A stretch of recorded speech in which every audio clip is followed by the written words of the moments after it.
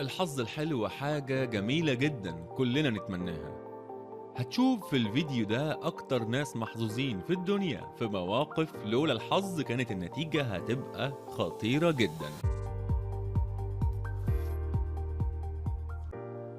المراسل مندمج في التقرير الإخباري وفجأة عربية هتخبط في ضهره، لكن ربنا ستر.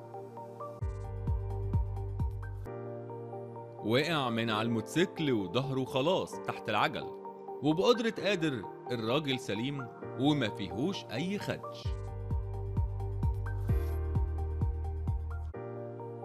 الراجل ده واقف ما يعرفش إن بينه وبين الموت خطوة، وطبعا ما فهمش أي حاجة من اللي حصلت لكنه عاش.